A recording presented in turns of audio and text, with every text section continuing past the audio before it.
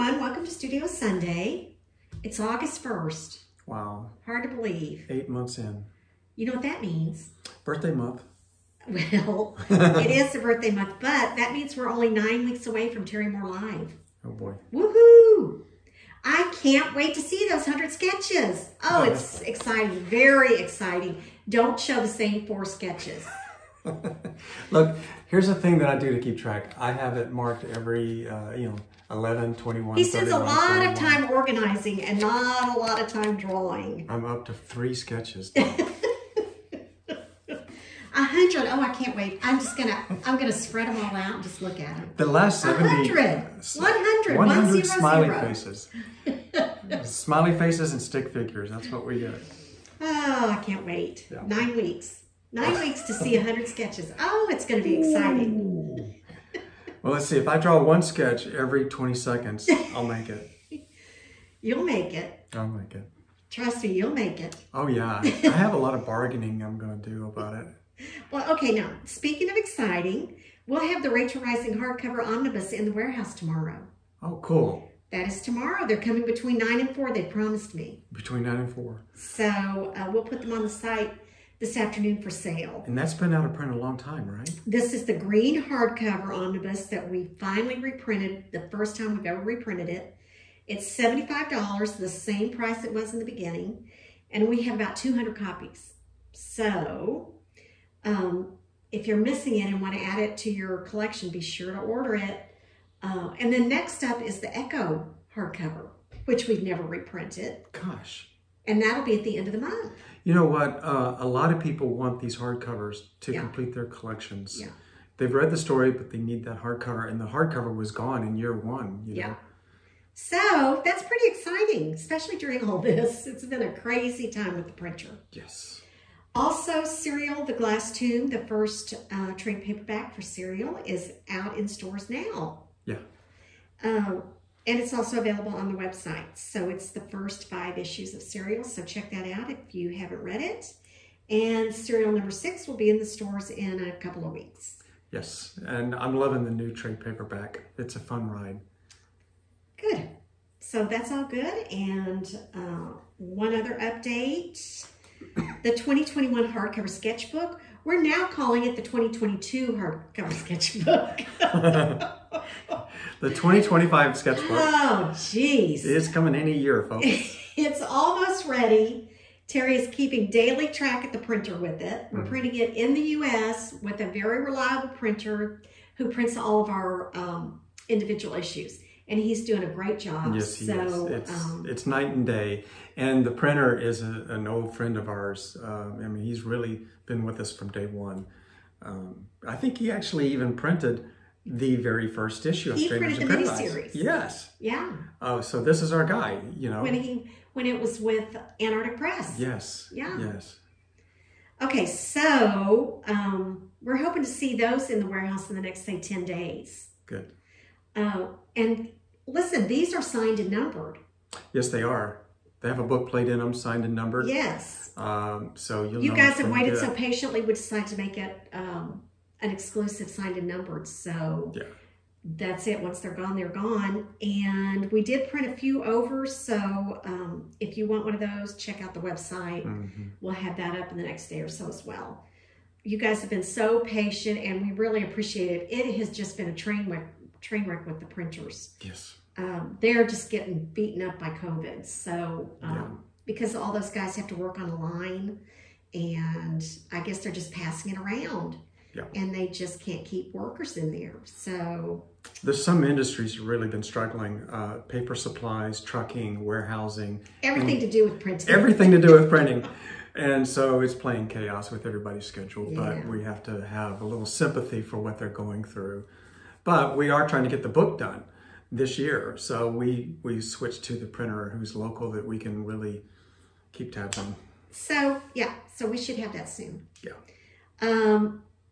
And we're going to keep Brenner's going to do more of our printing, I think, just because it is semi-local and we can get there quickly if you need to do a press check or whatever. So very practical solution. Yeah, we're gonna try to use that resource a little bit more during all this craziness. He's in the next town down the freeway, down the highway from us. So. Well, let's not say the next town down the highway. He's 300 miles away. In Texas, that's the next town down the road. This is true. We're all spread out. Okay, now for all the international readers, we're back in business. We are shipping to almost all countries. We are still having a little problem with Belgium, but as always, we're doing our best. Belgium Customs has got to be the fiercest one in the world. Okay, we've been given conflicting information about the VAT, which has had some changes in the last month or so. So we're going on the assumption that the VAT will be collected on delivery by the carrier, from you directly to the carrier. So you will probably have to retrieve it from the post office or the FedEx office. We'll send you some tracking information, so please check it, because often the Postal Service will not alert you that they have a package for you. They just let it sit there and hope that you show up. If you don't show up, then they send it back to us. Oh. So be sure to follow that tracking information and check regularly with your post office if you know you have something coming. Is this different than the way it used to be? Is this all new? Well, the VAT is new. Okay. And that's an added piece that they have to do, collecting the fee. Okay. And we've heard from some people that we need to collect it and then send it to that country, and other people say books aren't counted in that. So we're just going to go with it and see what happens. Okay. And if we need to adjust along the way, we will. So we are shipping international again. Good luck. Yes. Good luck, and please bear with us on it. Yeah. Okay, so I think that's it for me. Do you have anything to add, Mr. Moore? Can I mention that we had a guest over to the house last night? Sure. We had our friend and pal Frank Cho over last night. He left this. I'm not going to give it back. And he was doing a signing at our local store, our home store, Bedrock City Comics.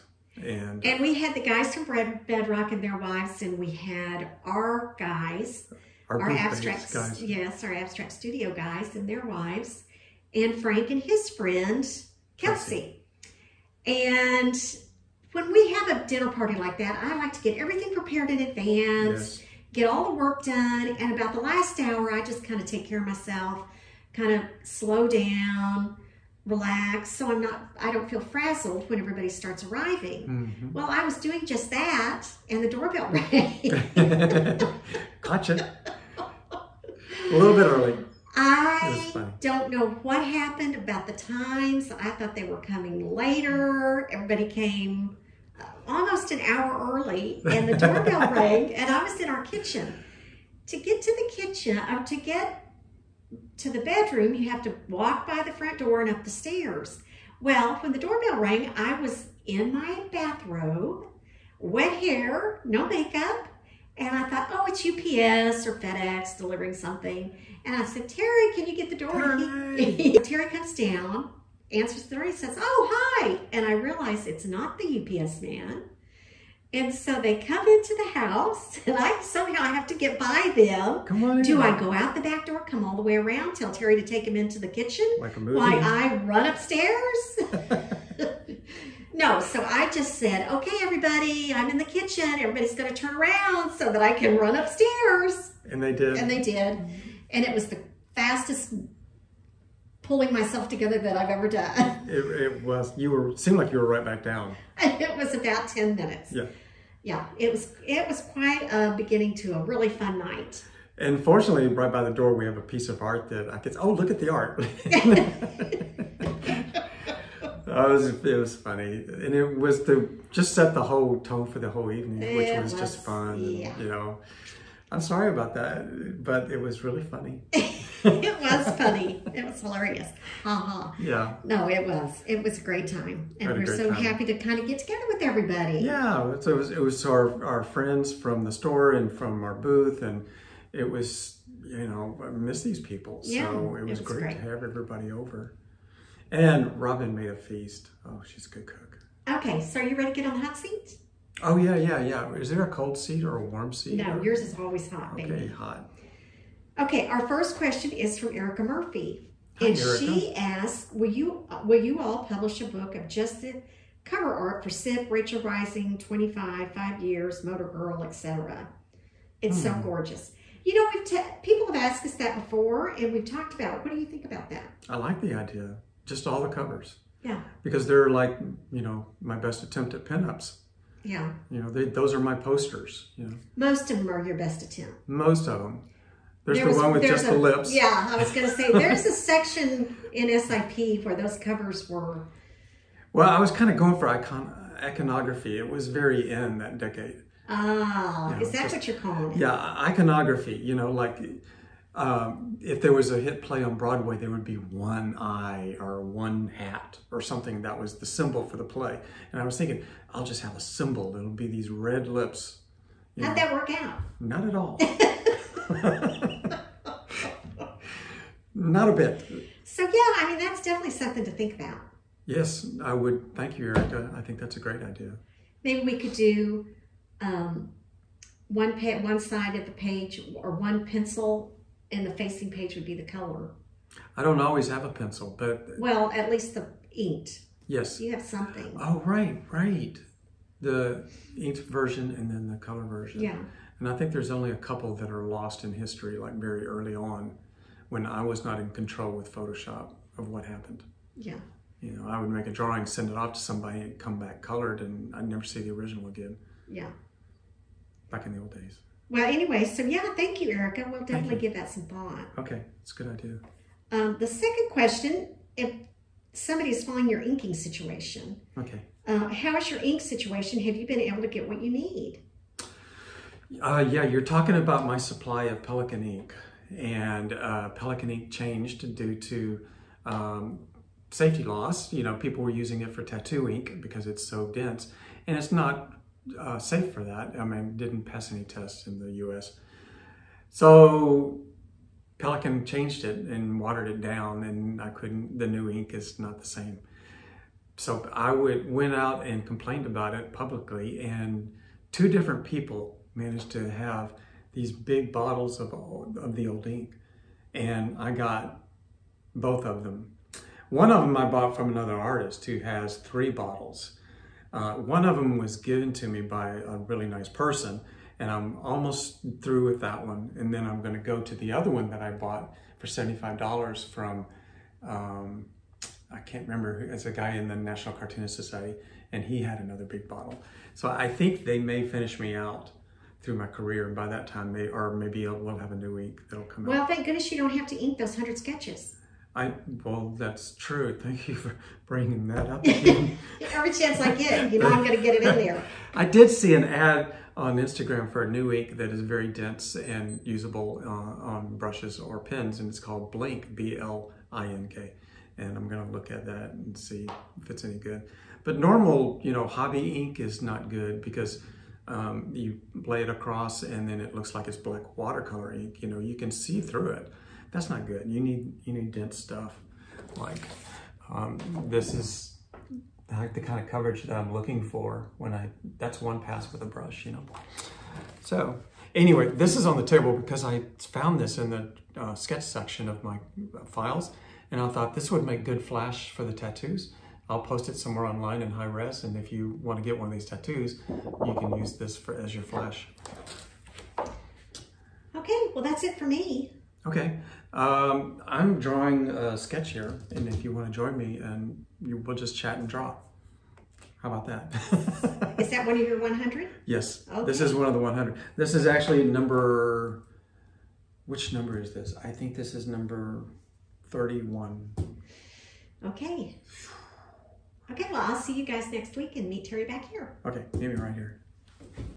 Sometimes when I'm drawing this 3/4 angle head, you know, it can be tricky to align the eyes and then get all these features in the right vertical plane, right, like that. And it's I think I make it it's even trickier to draw Francine in this angle because I give her a little bit of a ski slope nose, whereas Kachu has more of a button nose, shorter and kind of a button shape. Francine has a definite straight ski slope nose, and that's can be tricky from this angle. You know, you want to you want to be sure that the nostrils, I've learned that it has to do with, once you get that angle there on the nose, where you put the nostrils has everything to do with defining the 3D mapping on the nose. If I move the nostrils too far in, too far out, all that. So this area down in here really can make or break where those eyes are. So by themselves, the eyes look perfect. Add in the nose, and it can throw the eyes totally off. And it took me a long time to figure that out, that I was sabotaging myself. So this center point between the eyes, if the eyes are okay, right now they're okay. And if the eyes are okay, then the center point for underneath the nose should be right there. The center of the mouth should be right there. And if I get those off, it'll throw the eyes off. So watch me pull it back over. Like that. Starting with the mouth. Pull the mouth back over to this side. To this center line.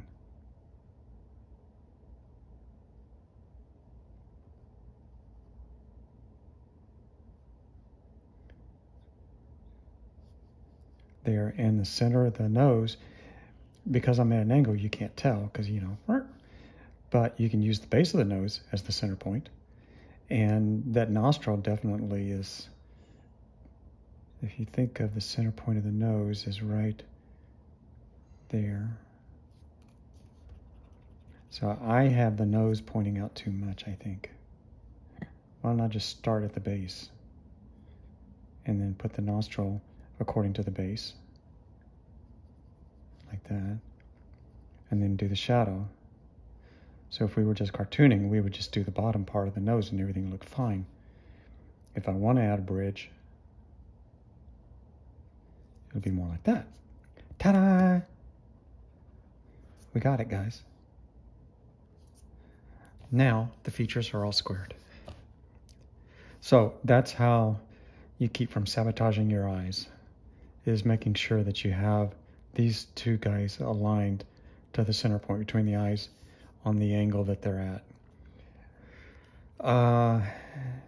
And since we were talking about Frank Cho, I noticed that one of his advices on his drawing lessons is, if it looks right, it is right. So you can tell by your eyes when it's off. You can use all the rulers and stuff you want, but if you just try to overcome your bad drawing habits, like I'm going to start up here and just work my way down, and then you go back up to look up top and everything's off skew, it's because the stuff down here was sabotaging it. So you have to keep it all in perspective. And I don't know if you can, here's where we're talking about on a close-up. So, okay, there we are. Now this is the rewarding part. Doing the hair is easier than drawing faces. Hair is easier than faces, and you can almost do no wrong. And what I try to go for is hair that's usually, if I'm going for something pretty and attractive, then I'll go for that hair that's just been washed. Look, like it's very clean. It was washed this morning and it's dried and has a beautiful sheen to it and it's thick. All those hair envy things, you know, that a bald person would think about. If you have a head full of hair, you probably don't even think about this stuff.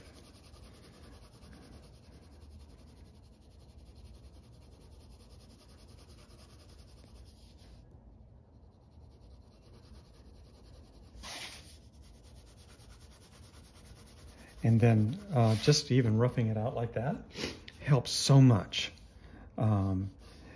It's like having an undercoating on a watercolor or an oil painting.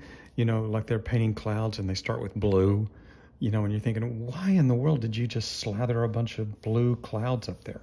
And then they start adding the orange and the white and the burnt umber, and you think, oh, okay, it's for the three-dimensional thing. So the same thing with this, you know, you just kind of lay in a base. And this is a number 3 that's pretty sharp.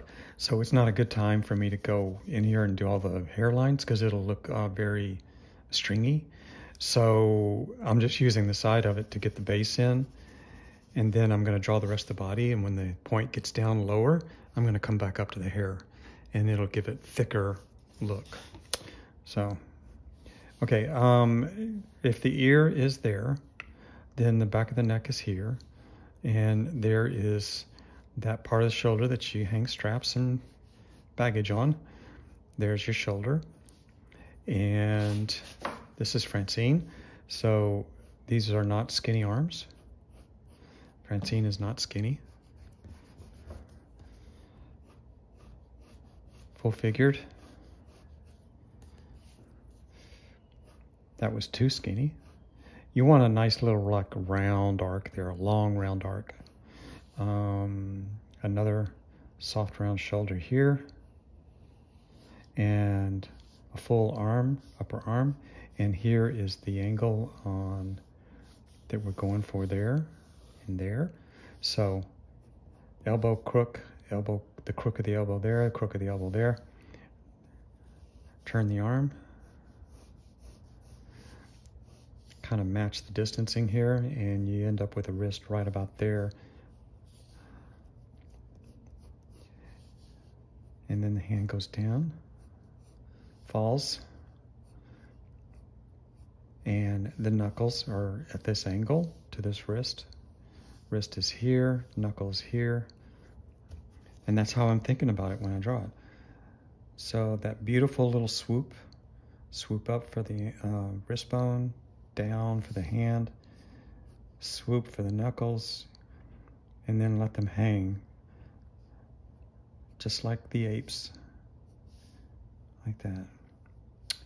And whether or not you want to put that line right there from that bone, and there's a sharp bone there, depends on you know, if you want that look on that arm or not, and how much how round and soft that arm is. I'm not really going to get into it with Francine, whereas I probably would draw that on Kachu, who is a much smaller person. And let's put this hand down in here. This is not probably a normal, you either have to be posing for an artist or alone in the room to have your hands down there like that, you know, because you're hiding your crotch. And you probably wouldn't do that in public, put your hands there. But this is art. Wait, wait, wait. W-E-I-G-H-T, wait. A lot of weight right here.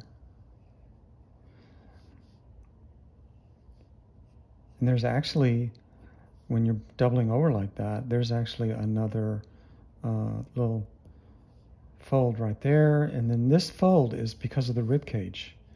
The ribs go right here. So when you're crunched over, that's the rib cage fold. And then you go all the way to here, and you have the abdominal area, but there's another fold right about where your belly button would be. So you're either going to be all the way out, or you're going to be fold. There's a double fold there, and it's right about where your belly button is. So, right there. So like that. There. Does that look familiar?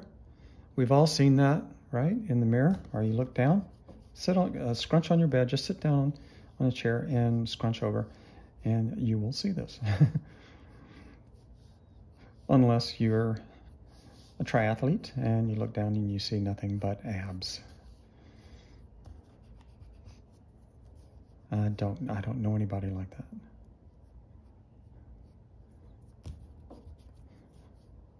I don't know anybody that has nothing but abs on their stomach.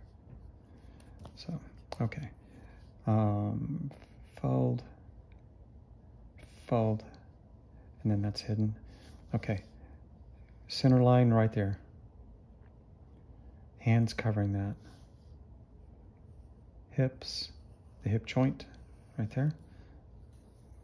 major hippage and hip jointage going there, and then muscles and fat going in here. And then long, beautiful legs. Francine has long legs. That's just all there is to it. Kachu has short legs. So really what I ended up doing was getting two opposite body types going in strangers. Francine and Kachu have two different body types, totally different.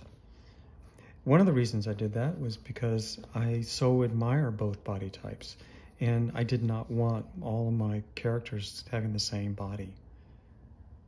So just having the two main characters at least have opposite body types at least kept things a lot more visually interesting. And it also gives them a different body language.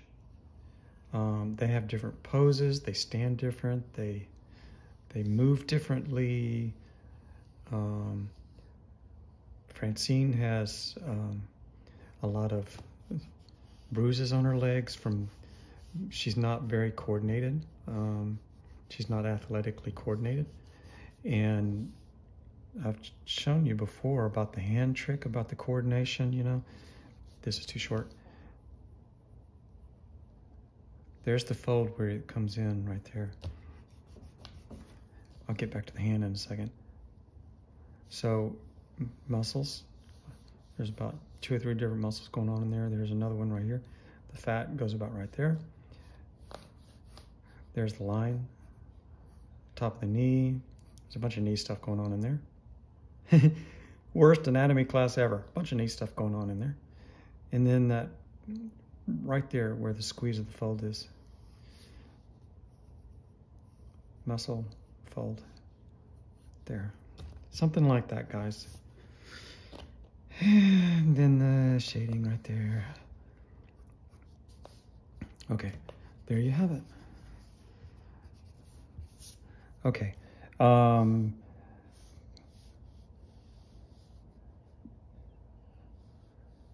Right about there.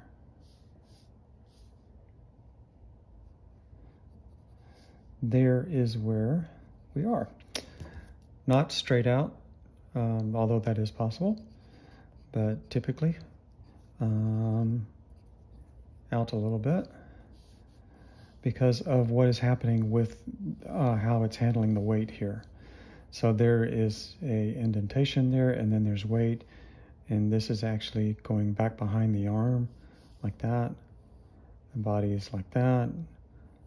Body fat like that. If you can picture the back, right? It's good to be like a sculptor and picture what's going on behind. Where does that line go? You know, where does this line go? It actually stops right there. But on the other side of this, if you could see through with your radar, you know, X-ray vision, that base of that is going right in there, and then it goes up, and this one goes up like that. And that's why, depending on where the arm is, sometimes you see it like that, sometimes you just see it all up front, but you need to look through where these are going, right? You can't just draw what you see.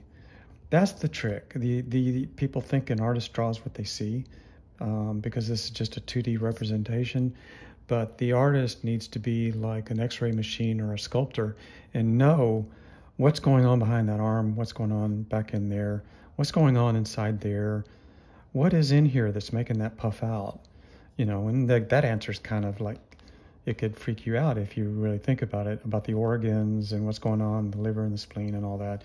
There's lungs in there and stuff and all. But, you know, just have a general idea. One thing we can do to help here too, like that. That's kind of it. I'm not going to overwork this. Now,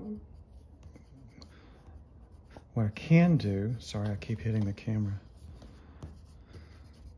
You try to get rid of some of your guidelines and then get this number 3 going. It's a little duller. And get a sharper outline on where you think these these hair forms would be. One thing I haven't done is this hair doesn't, that bang cut doesn't stop right there. It actually, the cut of the bangs goes about that far back. So on this kind of hairstyle, you know who has that hairstyle is, well, a lot of people. Let's don't start naming names. That's a popular haircut. Now, you can make a decision. Are you going to do every strand of hair? Or are you going to do clunks of shades of dark and light? And because this is a pencil sketch, I'm doing chunks of dark and light. And which means here's a dark area, and it fades out to a lighter area. Here's a dark area, separated by a lighter hair on top. Hair coming through.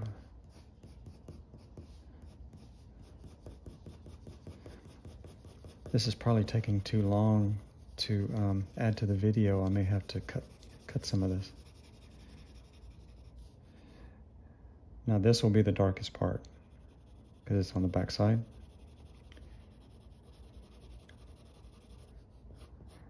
See how it's looking very rough right now, but I am getting the tones laid in, and then you can go back in with an even darker pencil like a number 4 and lay in real blacks that will offer a lot better contrast, and the picture will start coming alive a little more 3D if you do that.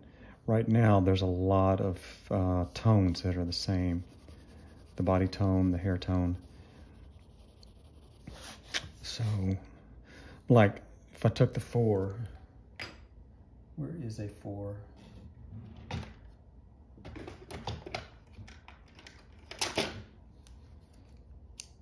I need a 4. Here's a 4. Okay, so if I take the 4,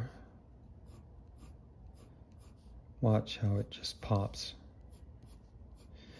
I have to be a little bit careful because I don't want to get, now I'm going to have to go back in and reinforce the eyes, because the eyes need to have the most contrast in the entire image. I'm really just taking this and reinforcing the groupings, you know, the lines that were there to begin with the outline. Like that. So I think what I'm really showing here is that you get it on the paper and it can be rough. It's not polished, right? And then once you have it on paper, it's so easy to polish something and dial it in. And that's more of the painting technique. The guys lay down a bunch of rough colors that don't look right, and then they start pulling out the form of clouds and light on the clouds from it. And for the first 5 minutes, you can't figure out what they're doing, right? You can do the same thing with your pencil drawing. You get that thing roughed in there, just lay it out, get everything proportioned right, and put things where you want them to be, and then come back in with darker pencils and start laying in the tones that cause definition. I'm going to get rid of that. That's too far out.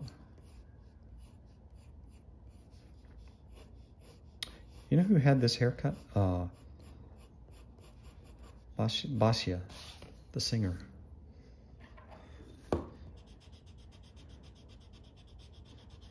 When she did a album with Matt Bianco and they sang this beautiful song called More Than I Can Bear. Basia was a very popular singer from Europe. Probably maybe before you were born. I think it was back in the 80s or 90s. Okay, something like that. Okay, see how my eyes disappeared? They just kind of faded in. Oops, sorry, I keep hitting the camera. One dark line there, reinforce, and then dark eyes with a little highlight. And it's important to define the outside corner and the inside corner so that you can get your bearings. That's a lot of leftover lead in there. It looks gray.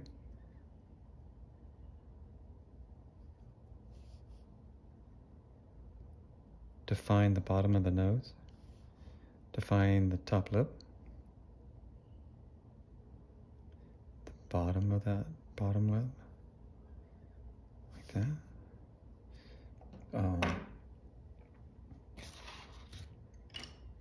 Where's my little eraser? Oh, there it is. I have this little bitty guy that'll get in there. Let's see if I can fix this.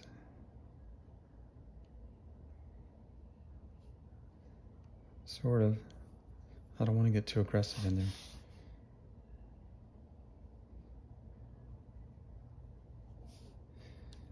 And I actually want this cheek a little fatter. Like that.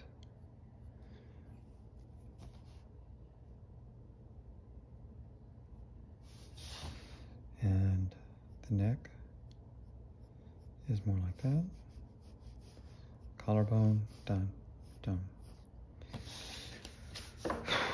So there's the contrast, and then I go in with the number 4.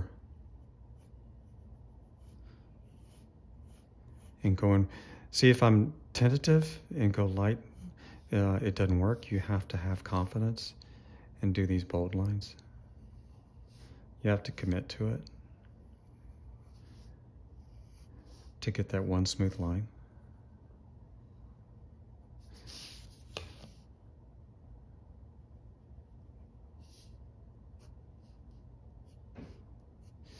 There's a lot of different ways that the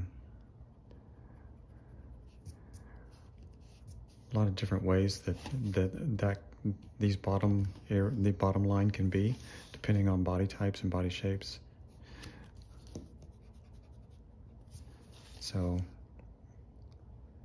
it's very, very forgiving on how you do that. You're just defining what kind of body you're drawing.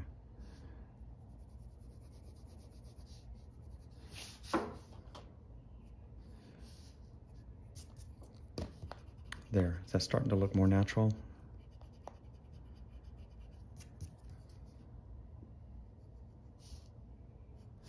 See how I'm adjusting everything as I go? Now is when I make sure I get that line. It's like surfing or something, you know? It's just like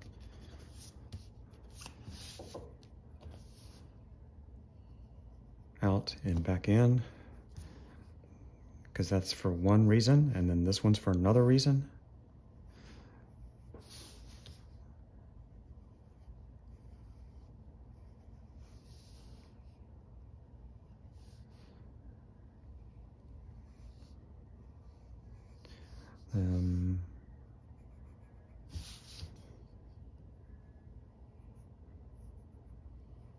There's actually kind of a point on the knee there. On bodybuilders, this is the muscle that sticks out so much, and then there's another one out here, but right now it's relaxed. And there's actually kind of a there. And then it goes back in here, then there's the heel of the foot, there's the foot itself, and the toes, like that. Okay, same thing over here.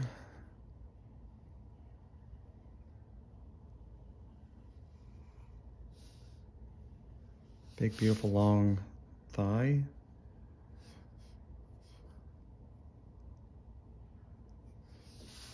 Same thing from the inside. And then I totally changed that line there. Did you see that? My instincts told me that that was too choppy. Okay, hands. There's a center knuckle joint right there, and that's where that next finger is. And then that bone right there, that's right here on that arm. Palm, small finger, next finger, ring finger. There you are.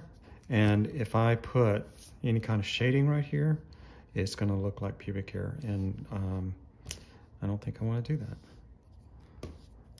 Hair right here.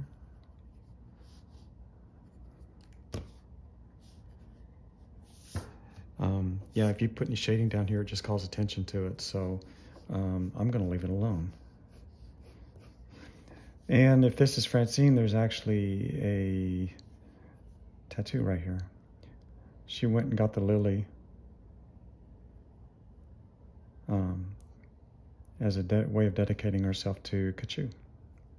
And I'm not going to make a big deal out of this area right here. I'm just going to leave it like that. I'm not going to make it special or dark or anything. Okay.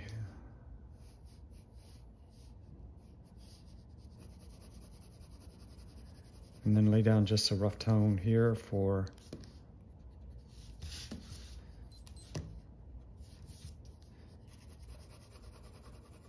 to show that this person is in contact with a surface. There you go. Now just clean up all the overage.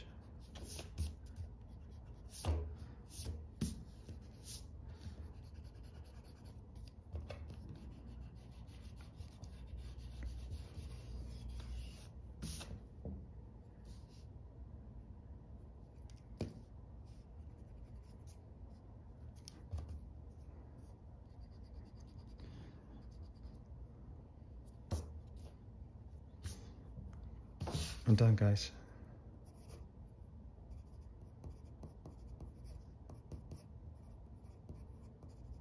Okay, this is going in the sketchbook, and it'll be available October 1st when we have our sketch sale.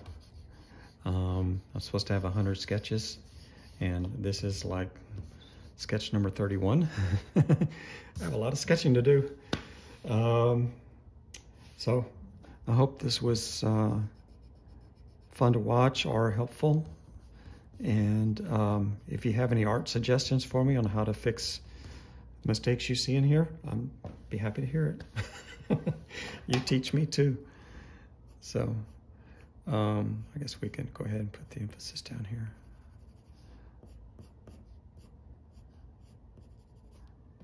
There, I think it's sort of like that.